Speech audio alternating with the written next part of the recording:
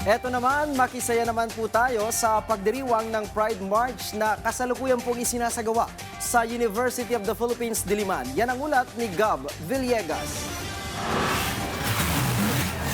Isa sa mga nagtungo ngayong araw sa Pride March ang 15 anyos na si Cyril kasama ang kanyang mga kaibigan.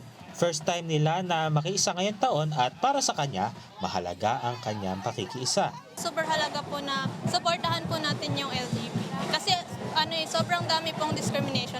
Ang alam ko po yung Philippines po, isa po sa parang pinakamalaking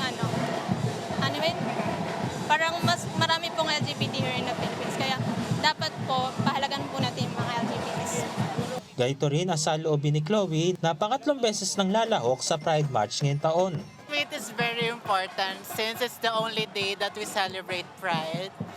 It's not everyday occurrence, so it is really important that we celebrate each other's Pride.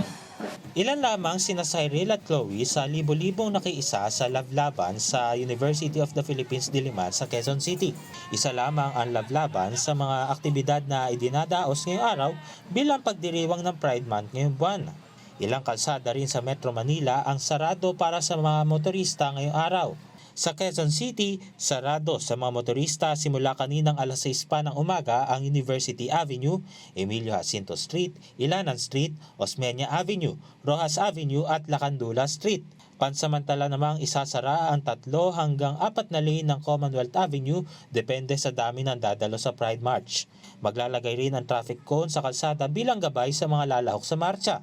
Sarado rin ang Maginhawa Street sa pagitan ng Mapagkawang-Gawa at Magiting Street mula alas 9 kaninang umaga hanggang alas 12 mamayang hating gabi para naman sa pagdaraos na Maginhawa Pride Village.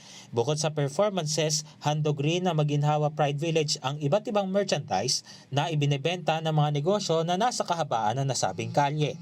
Sa lungsod naman ng Maynila, sarado simula alas 8 kaninang umaga sa mga motorista ang Remedios Circle. Ang kahabaan ng George Bocobo Street mula San Andres Street hanggang Remedios Circle at kahabaan ng Remedios Street mula George Bocobo Street hanggang Guerrero Street para sa pagdiriwang ng Metro Manila Pride. Makikita sa Facebook page ng Manila Public Information Office ang listahan ng mga kalsada na maaaring daanan. Pinapayuhan ang mga motorista na planuhin ang kanilang biyahe at dumaan sa mga alternatibong ruta upang maiwasan ang anumang abala. Gab Villegas para sa bayan.